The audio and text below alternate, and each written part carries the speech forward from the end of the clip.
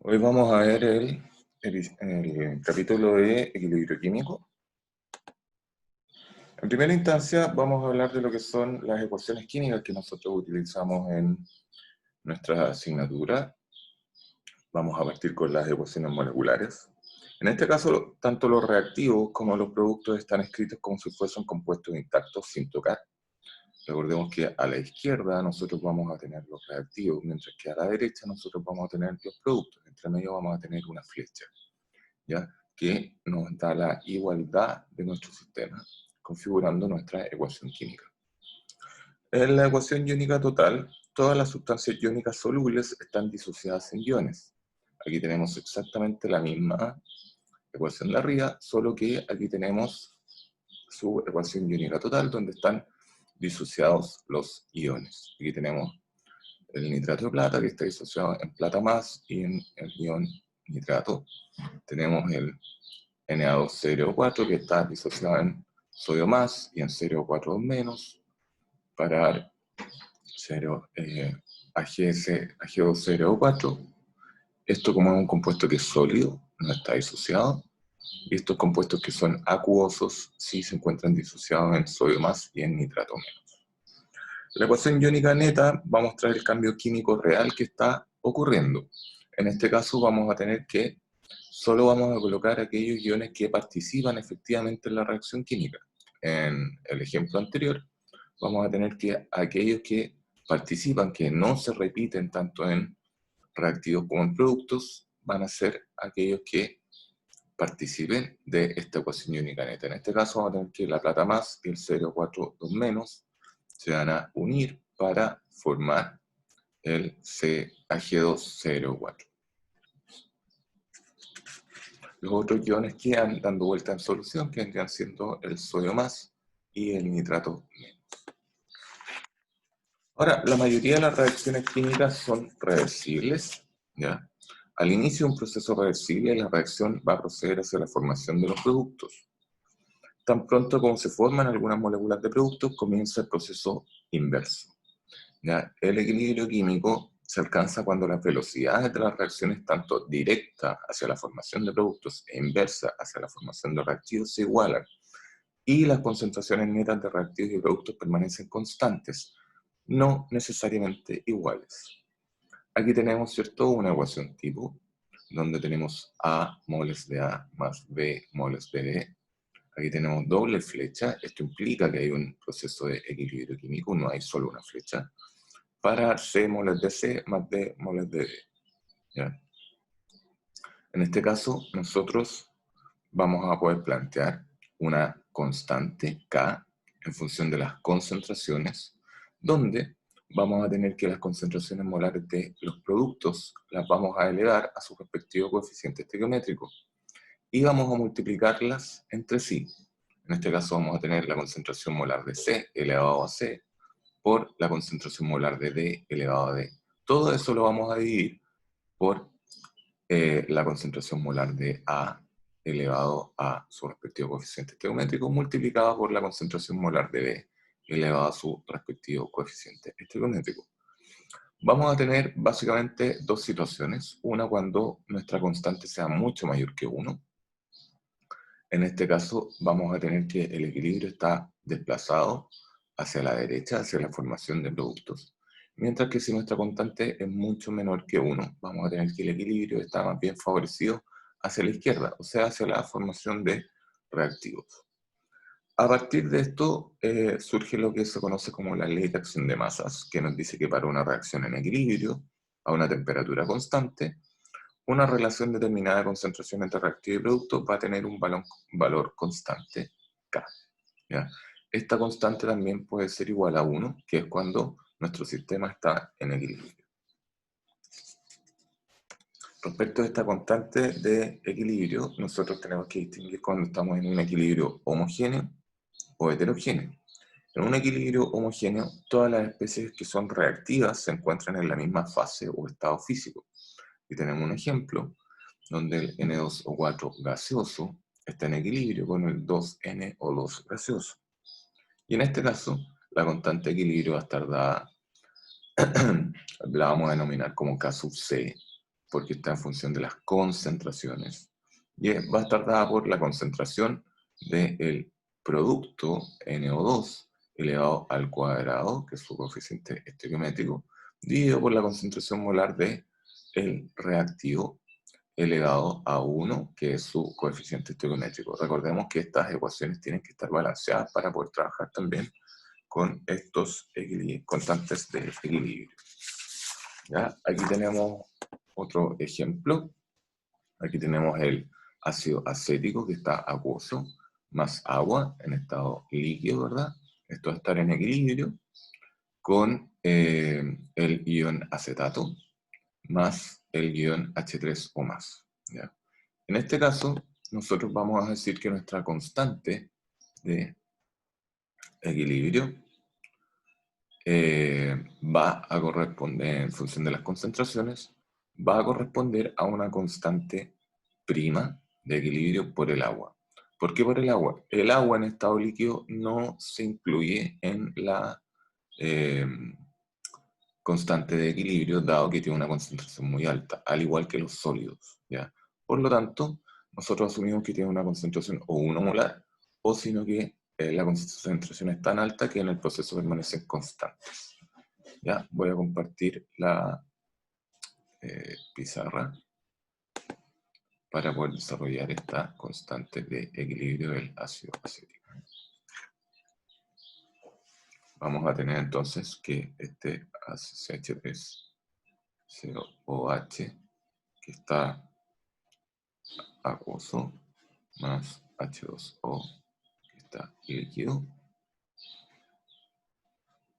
lo vamos a encontrar como CH3COO menos acuoso más H3O más acuoso. ¿Ya? En este caso, nuestra constante, K sub C', que va a incluir a todas las especies, va a ser igual a la concentración de los productos, H3CO menos,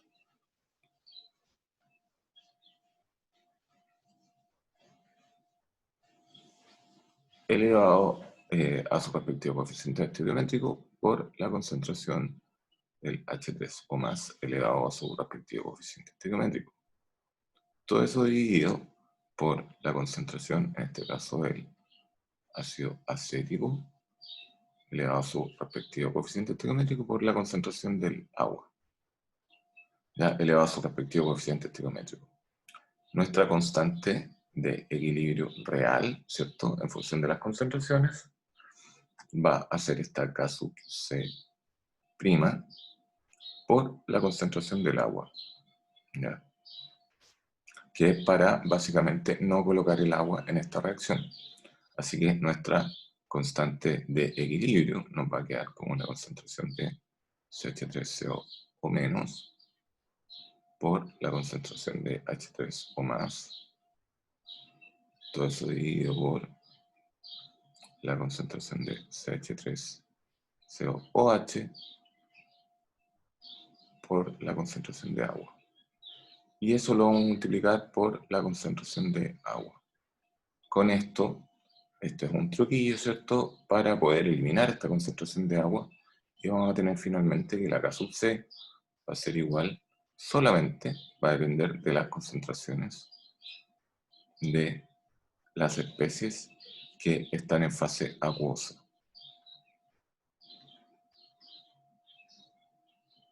¿Ya? No de aquella especie, en este caso el agua, que se encuentra en fase líquida.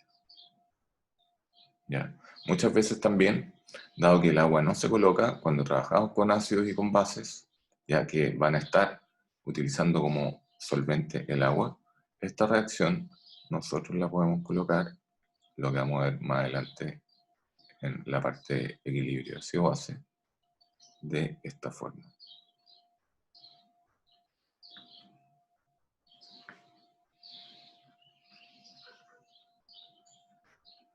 ¿Ya? Que vendría siendo la ecuación equivalente a la que nosotros tenemos acá arriba. ¿Ya?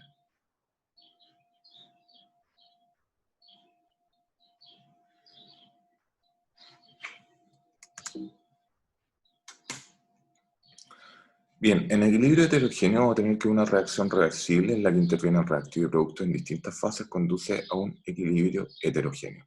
Como ejemplo tenemos este carbonato de calcio que está sólido, que disocia, ¿verdad?, que está en equilibrio con el óxido de calcio y con el dióxido de carbono. En este caso, ¿verdad?, vamos a tener una primera constante de equilibrio, la K sub C', en función de las concentraciones, donde se incluyen todas estas especies, ¿verdad? Pero si nosotros multiplicamos ahora la concentración de los sólidos por su inverso, ¿ya? En este caso dividimos por la concentración de óxido de calcio y multiplicamos por la concentración de carbonato de calcio por esta constante de equilibrio preliminar, vamos a obtener nuestra constante de equilibrio definitiva, que va a estar solo en función de la concentración del gas, ¿ya? Así que cuando hay sólidos o cuando hay agua líquida, ¿verdad?, no las incluimos en nuestra constante de equilibrio, ¿ya? También vamos a tener la presencia de equilibrios múltiples, ¿ya? Vamos a tener que existen sistemas en equilibrio que son más complejos, en los que las moléculas de productos de un equilibrio van a participar en un segundo proceso de equilibrio. Aquí tenemos un ejemplo, a partir de A más B, que está en equilibrio con C más D, vamos a tener que los productos de la primera etapa, ¿verdad?, se ocupan en la segunda etapa, ¿ya?, como reactivos. C más D entonces van a estar en equilibrio con E más F. En este caso, ¿verdad?, para cada una de estas reacciones, nosotros podemos plantear una constante de equilibrio. Vamos a plantear una constante de equilibrio K sub C' en función de la primera reacción, que va a ser la concentración de C por la concentración de D, dividido por la concentración de A por la concentración de D. En la segunda reacción vamos a tener que la K2', ¿verdad?, de equilibrio, va a corresponder a la concentración de E por la concentración de F, partido por la concentración de C, por la concentración de D. Recordemos que todo esto está elevado a su respectivo coeficiente estequiométrico, ¿ya? Si nosotros sacamos la reacción global, que es la suma hacia abajo de estas reacciones, vamos a anular C y D porque vendrían siendo intermediarios. Por lo tanto, los reactivos de inicio van a ser A y B, y los productos finales van a ser E y F. C y D van a estar simplificados de esta ecuación global, de esta reacción global. Por lo tanto, la constante de equilibrio va a estar dada en función de solo estas especies finales. Sería la concentración de E elevado a su respectivo coeficiente estequiométrico por la concentración de F elevado a su respectivo coeficiente estequiométrico, partido por la concentración de A elevado a su respectivo coeficiente estequiométrico por la concentración de B elevado a su respectivo coeficiente estequiométrico. ¿Ya? Esta constante de equilibrio de la reacción global va a ser equivalente a multiplicar las otras dos constantes de equilibrio que obtuvimos para las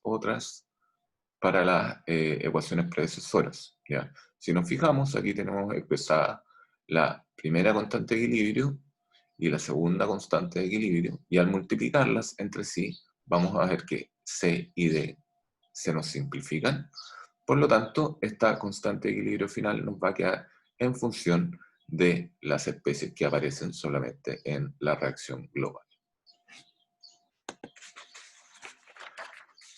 Vamos a poder calcular también un cociente de reacción que vamos a denominar, o cociente de reacción que vamos a denominar Q sub C, que se obtiene cuando nosotros sustituimos las concentraciones iniciales o concentraciones que nosotros no sabemos si están en equilibrio en la expresión de la constante de equilibrio. Matemáticamente se calcula igual, ¿ya?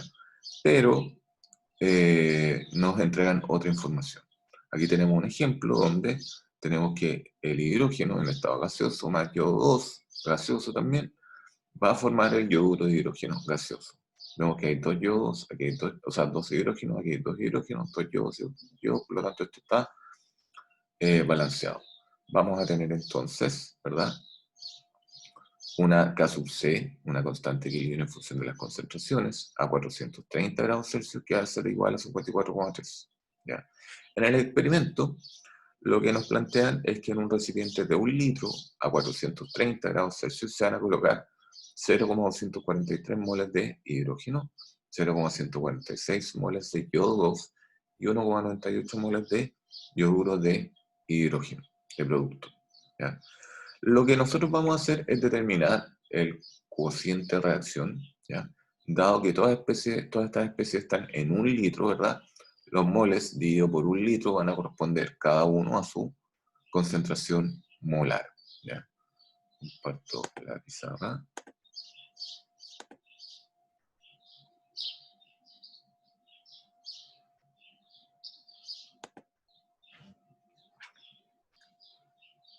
Vamos a tener entonces que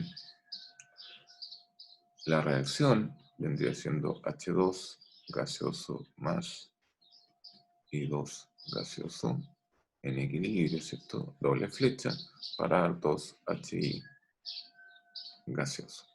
Y, dada la información que tenemos, vamos a tener que la concentración de H2 es igual a 0,243 molar, porque son 0,243 moles que están en 1 litro.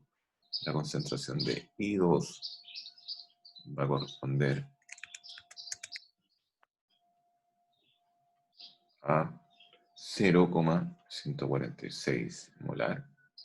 Y la concentración de HI que hay va a corresponder a 1,98 molar. ¿Ya? Con esto nosotros vamos a calcular, ¿cierto?, un Q sub C, que va a ser igual a, se calcula de la misma forma que la constante de equilibrio. Va a ser HI, la concentración de HI al cuadrado, partido por la concentración de H2 elevado a 1, por la concentración de I2 elevado a 1, que son los respectivos coeficientes estequiométricos. Si reemplazamos los valores, vamos a tener que esto va a ser 1,98 al cuadrado, partido por 0,243 por 0,146.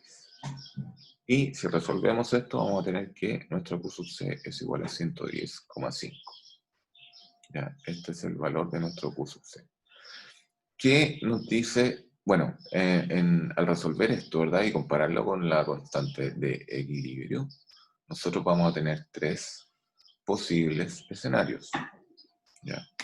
En este caso, vamos a tener que nuestro cociente de reacción sea mayor que la constante de equilibrio. En este caso, es lo que ocurre, nuestro cociente es de 110,5. Vamos a tener en este caso que los productos se consumen y se forman reactivos, o sea, el equilibrio está desplazado hacia la formación de productos. Perdón, el equilibrio está desplazado desde los productos hacia la formación de reactivos. La otra situación es que este cociente de reacción sea igual a la constante de equilibrio, en este caso las concentraciones iniciales o las concentraciones que estamos ocupando nosotros. Van a ser las concentraciones de equilibrio, o sea, nuestro Q sub C es equivalente a la K sub C. Y por último vamos a tener que el Q sub C sea menor que la constante de equilibrio. En este caso vamos a tener que los reactivos se consumen para formar productos, o sea, el equilibrio va a estar desplazado hacia la derecha, hacia la formación de productos. Cuando el Q sub C es mayor que el K sub C, ocurre lo contrario. El equilibrio va a estar desplazado hacia la izquierda, hacia la formación de reactivos. ¿Ya? Ahora, ¿cómo calculamos nosotros las concentraciones en el equilibrio? ¿Ya? Nos dicen, si se conoce la constante de equilibrio para una reacción dada, es posible calcular las concentraciones de la mezcla en equilibrio, a partir de las concentraciones iniciales. En el ejemplo tenemos que una mezcla de 0,500 moles de hidrógeno 2 y 0,500 moles de yodo 2 se colocan en un recipiente de 1 litro a 430 grados Celsius. En este caso, nuestra ecuación está balanceada y tenemos la constante de equilibrio. Nos piden calcular las concentraciones de hidrógeno 2, yodo 2 y yoduro de hidrógeno en el equilibrio. ¿Ya? Para ello, les voy a compartir nuevamente la pizarra.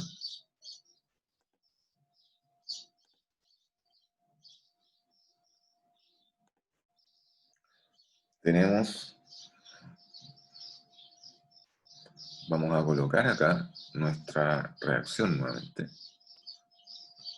H2 gaseoso más I2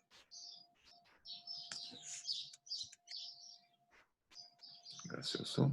Recordemos que nuestra ecuación tiene que estar balanceada para dar 2HI gaseoso. Ya.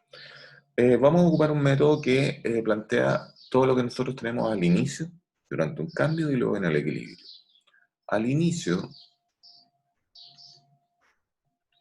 de nuestra reacción, nosotros, según las concentraciones que tenemos, nos dicen que hay 0,5 moles en un litro.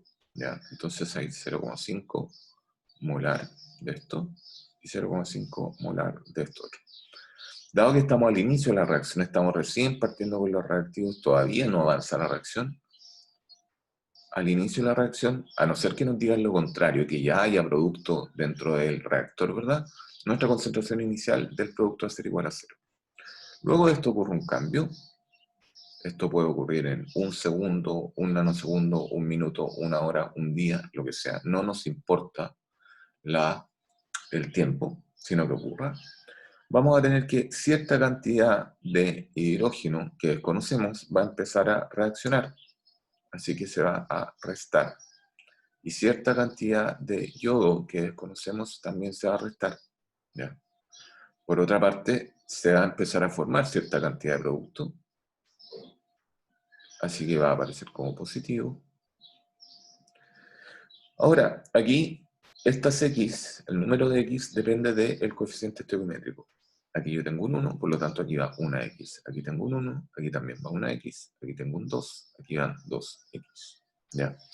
Luego de esto, nosotros tiramos raya para la suma. ¿Ya? Y sumamos hacia abajo y nos encontramos entonces en la posición de equilibrio.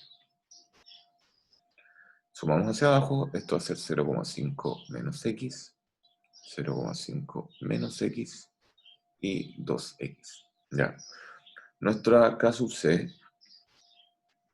va a estar dada por la concentración de HI al cuadrado partido por la concentración de H2 elevado a 1 por la concentración de I2 elevado a 1.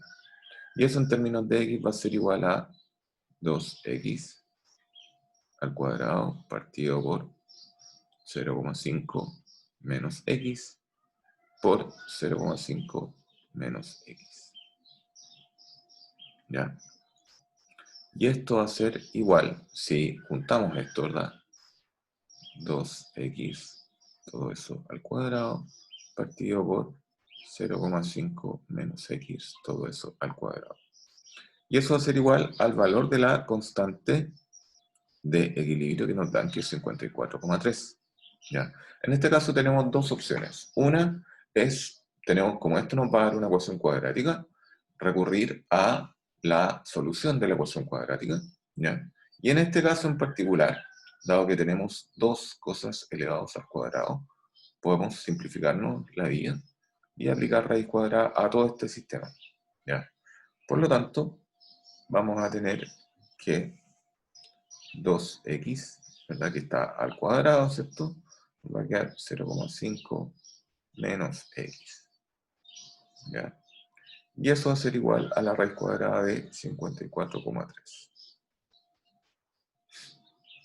que corresponde a un valor de 7,37. En este caso vamos a pasar todo esto multiplicando al 7,37 y vamos a tener que entonces 2x va a ser igual a 0,5 por 7,37 menos 7,37 por x. ¿Ya? Esto va a ser igual, entonces vamos desarrollando esto, 2x va a ser igual a 3,68 menos 7,37x. ¿Ya? Vamos a tener 2x más, pasamos ahora, las x las dejamos en el mismo lado, ¿verdad? Más 7,37x. Eso va a ser igual a 3,68. ¿Ya?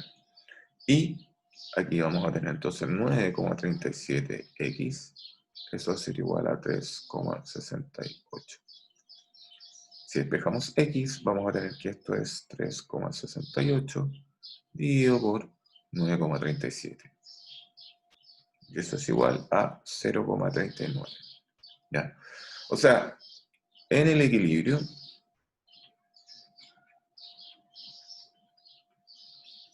ahora reemplazamos los valores de x, ¿cierto? En estos lugares.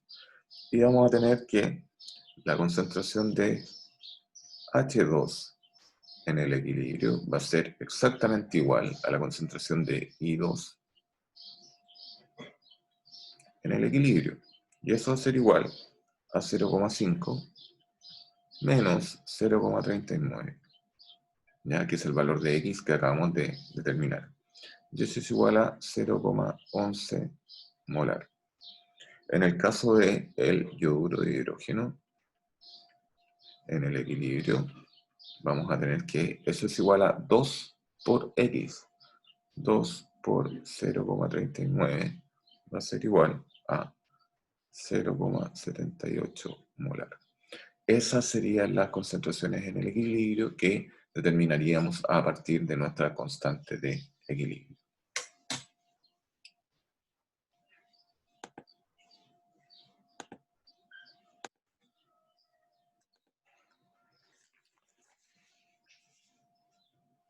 Bien, vamos a tener que nuestra constante de equilibrio se ve afectada por algunos factores, ¿ya? Si nosotros aplicamos un cambio en la concentración, la presión, el volumen o la temperatura que altere el estado de equilibrio de un sistema, nuestro sistema se ajustará de modo a cancelar parcialmente el cambio, alcanzando una nueva posición de equilibrio. Esto corresponde a lo que nosotros denominamos el principio de Le Chatelier, ¿ya? Vamos a evaluar entonces en este ejemplo los cambios de concentración. Tenemos que 1 mol de nitrógeno 2 más 3 moles de hidrógeno 2 gaseoso, ¿verdad? Nos van a generar 2 moles de amoníaco gaseoso, esto está en equilibrio. Y nos dicen en este ejemplo a 720 grados Celsius la constante de equilibrio K sub C es esta. Las concentraciones en equilibrio son 0,683 molar, 8,80 molar y 1,05 molar. Nos están diciendo que se agrega amoníaco, por lo tanto, para llegar a una concentración 3,65 molar. Cuando yo agrego concentración en los reactivos, vamos a tener que el equilibrio se desplaza hacia la formación de productos, ¿ya? Si yo agrego productos, el equilibrio se va a desplazar hacia la formación de reactivos. Si yo saco reactivos, el equilibrio se va a desplazar hacia la formación de reactivos, ¿ya? Y si yo saco productos, ¿ya? El equilibrio se va a desplazar hacia la formación de productos, ¿ya? Vamos ahora a determinar la Q sub C, el cociente de reacción, y lo vamos a comparar con respecto a la K sub C, ¿ya? Para ver si nuestra predicción está bien.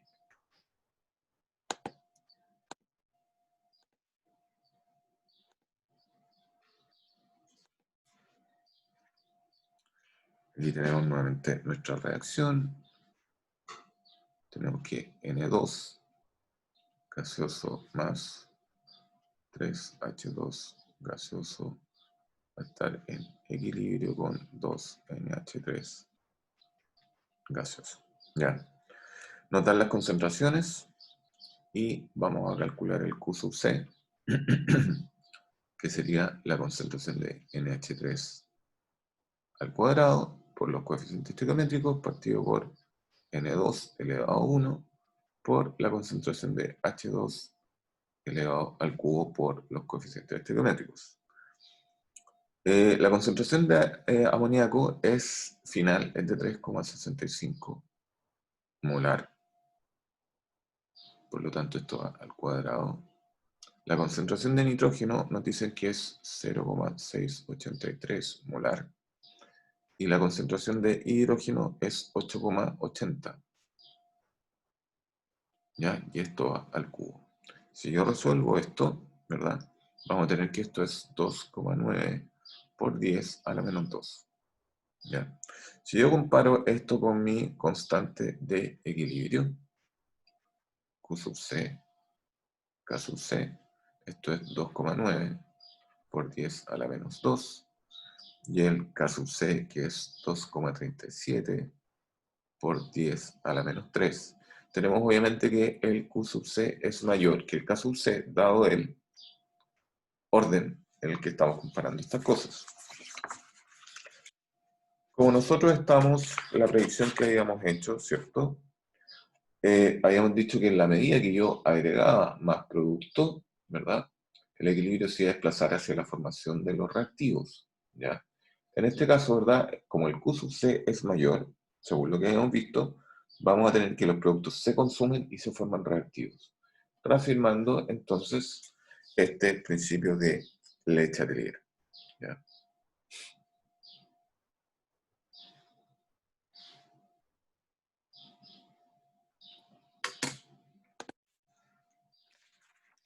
Otro factor que altera el equilibrio químico, ¿ya?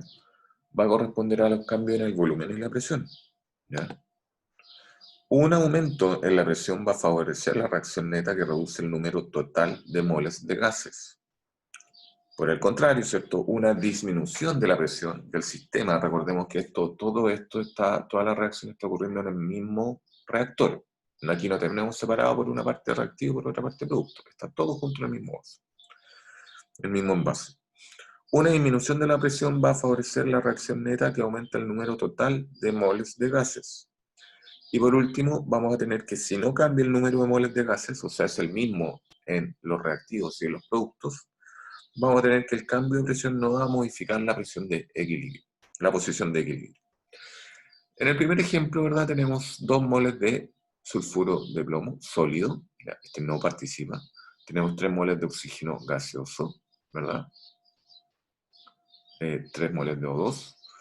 En los productos tenemos óxido de plomo sólido, este tampoco participa, como gas, ¿cierto? No es afectado por la presión. Mientras que vamos a tener 2 moles de dióxido de azufre gaseoso. La suma de los moles de gas de los reactivos es 3, mientras que en este caso la suma de los moles de gas de los reactivos es 2. ¿Ya? Si yo aumento la presión de todo este sistema, del sistema A, vamos a tener que el equilibrio se va a desplazar hacia donde nosotros favorecemos, se va a favorecer hacia donde haya una reducción del número total de moles de gases. Como tenemos menos moles de gases en los productos que en los reactivos, si yo aumento la presión del sistema, el equilibrio se va a desplazar hacia la formación de productos. En el segundo ejemplo, ¿verdad? Tengo solo gases, aquí tengo 1 mol de reactivo versus 2 moles de producto.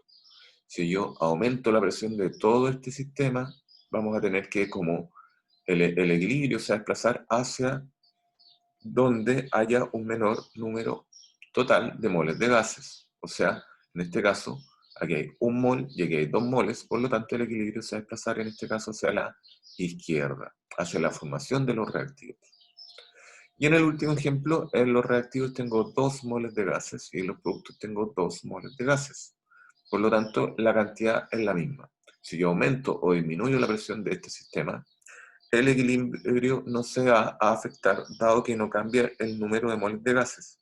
Por lo tanto, este aumento o disminución de la presión no va a modificar esta posición del equilibrio.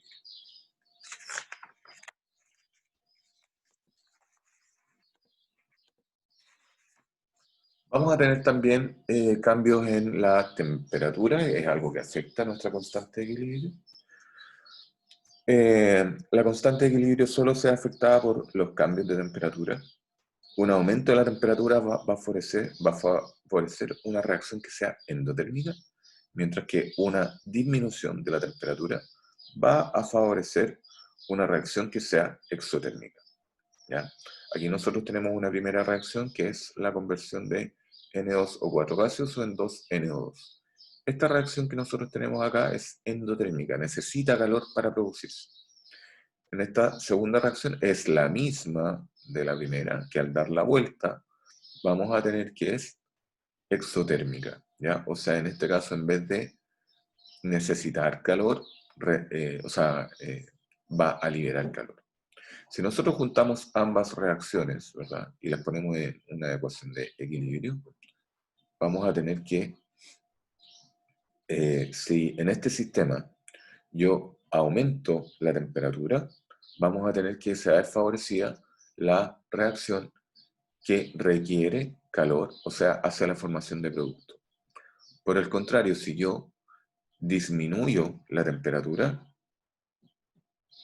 vamos a favorecer aquella reacción que está liberando calor, en este caso, del NO2 hacia los reactivos, ¿ya? Por lo tanto, al disminuir la temperatura, en este caso, vamos a tener que el equilibrio se desplaza hacia la formación de reactivos. Si yo aumento la temperatura, el equilibrio se va a desplazar hacia la formación de productos.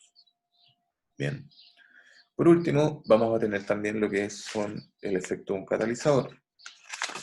Un catalizador, como vimos en la parte cinética, aumenta la velocidad de una reacción, va a disminuir la energía de activación de la reacción, tanto directa como inversa.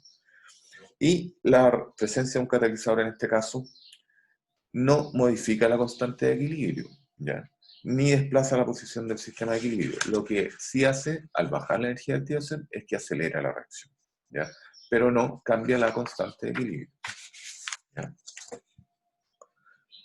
Así que se coloca casi como anécdota, ¿ya? Pero en realidad no es que afecte la constante de equilibrio, sino que acelera la reacción. Bien, ahora vamos a ver lo que ocurre entre los gases y la constante de equilibrio. Cuando nosotros estamos en un equilibrio homogéneo, ¿verdad? Vamos a tener que todas las especies reactivas se encuentran en la misma fase, ¿ya? Yo aquí tengo, por ejemplo, la conversión del NO4 gaseoso al 2NO2 gaseoso. Esto está en equilibrio, ¿cierto? Podemos plantear nuestra constante de equilibrio en función de las concentraciones, como la concentración molar de NO2 elevado a su respectivo coeficiente estequiométrico, que es 2, dividido por la concentración molar de N2O4 elevado a su respectivo coeficiente estequiométrico, que es 1. Esto también, dado que son gases, lo podemos expresar en función de sus presiones parciales, ¿ya? Vamos a tener que, ahora esta constante se va a denominar K sub P, en función de las presiones, y va a corresponder a la presión del NO2 del producto elevado a su respectivo coeficiente estequiométrico, dividido por la presión del reactivo elevado a su respectivo coeficiente estequiométrico, que es 1, ¿ya? Así que en algunos casos pueden ser iguales numéricamente y en algunos casos no, ¿ya? Así que hay que hacer el cálculo por separado. ¿Cuál es la relación que existe entre el K sub P y el K sub C? ¿Ya? Aquí tenemos una reacción donde están el reactivo y los productos en fase gaseosa, ¿cierto? Vamos a tener el K sub C, que va a estar en función de las concentraciones, que va a corresponder a la concentración molar de B, elevado a su respectivo coeficiente estequiométrico, que es B minúscula, dividido por la concentración molar de A, elevado a su respectivo coeficiente estequiométrico, que es A. Si esto lo planteamos en función de las presiones parciales, vamos a tener que podemos plantear esto como la presión parcial de B elevado a su respectivo coeficiente estequiométrico partido por la presión parcial de A elevado a su respectivo coeficiente estequiométrico. Recuerde que esto lo podemos hacer porque estos son gases, ¿ya? Siguiendo con esto, podemos plantear también estas especies, ¿cierto? En función de la ecuación de los gases ideales. La presión de A por el volumen va a corresponder al número de moles de A por RT, ¿ya? Lo mismo podemos despejar entonces la presión de A, que va a corresponder al número de moles de A por RT partido por B, el volumen. Podemos hacer exactamente lo mismo con el caso del producto, que es B. La presión parcial de B por el volumen va a ser igual al número de moles de B por RT. Y la presión parcial de B la vamos a despejar en función del número de moles de B por RT partido por el volumen. ¿Ya? Ahora, si nosotros expresamos K sub P en función de estas presiones parciales, vamos a tener esta ecuación que ya hemos visto antes. Y eso, si ahora lo expresamos en función de el número de moles RT y el volumen, tendríamos esta situación. La presión parcial de B va a ser igual al número de moles de B por RT partido por el volumen, todo eso elevado a su coeficiente estequiométrico, que es B minúscula. La presión parcial de A la vamos a dejar como el número de moles de A por RT partido por el volumen, todo eso elevado a su respectivo coeficiente estequiométrico. Podemos ordenar eso un poco mejor y podemos dejar esto planteado como el número de moles de B partido por el volumen, todo eso elevado a su coeficiente estequiométrico, partido por el número de moles de A por el volumen, partido por el volumen, ¿cierto? Por elevado todo eso a su respectivo coeficiente estequiométrico. Todo esto lo podemos multiplicar por RT, que es nuestro factor común, y en este caso vamos a elevarlo a el coeficiente estequiométrico de B menos el coeficiente estequiométrico de A, ¿ya? Que va a ser una diferencia de moles. Por lo tanto, si nos fijamos bien, esto va a corresponder a concentración molar, esto también va a corresponder en este caso a la concentración molar de A, esta es la concentración molar de B. Así que nuestro caso P va a corresponder a la concentración molar de B elevado a su respectivo coeficiente estequiométrico, partido por la concentración molar de A elevado a su respectivo coeficiente estequiométrico por RT elevado a B menos A, que son los coeficientes estequiométricos del producto menos el reactivo, ¿ya? Los que son gases. Así que esta K sub P la podemos dejar expresada como la K sub C, la constante de equilibrio en función de las concentraciones, por RT elevado a esta diferencia de moles. Vamos a ver con esto un ejemplo y vamos a dejar expresada esta constante de equilibrio, ¿ya?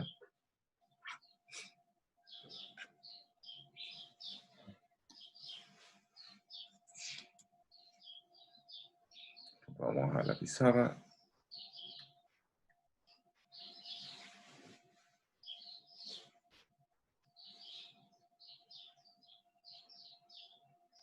Borramos esto y vamos a tener que teníamos H2 gaseoso más bromo 2 gaseoso en equilibrio para dar 2HBr gaseoso.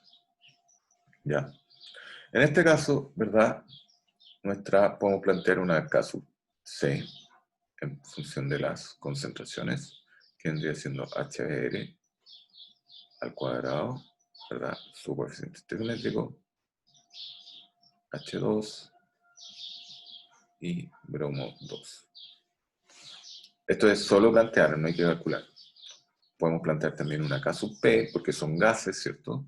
Esto sería la presión de HBr al cuadrado partido por la presión de H2 elevado a 1 por la presión parcial del bromo 2 elevado a 1. ¿Ya? Y ahora vamos a ver la relación que hay entre ellas. Nosotros dijimos que el K sub P va a ser igual al K sub C por RT elevado a un delta N. Si sacamos el número de moles de los productos menos el número de moles de los reactivos, el delta N va a corresponder a 2 menos 1 más 1, que son los moles del bromo 2 y el hidrógeno. Por lo tanto, este delta N va a ser igual a 0. ¿Ya? Así que nuestro K sub P va a ser igual a K sub C por RT elevado a 0.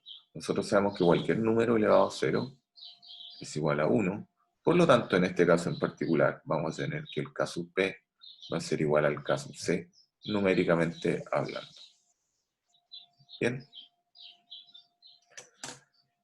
Eso ha sido todo el capítulo de equilibrio.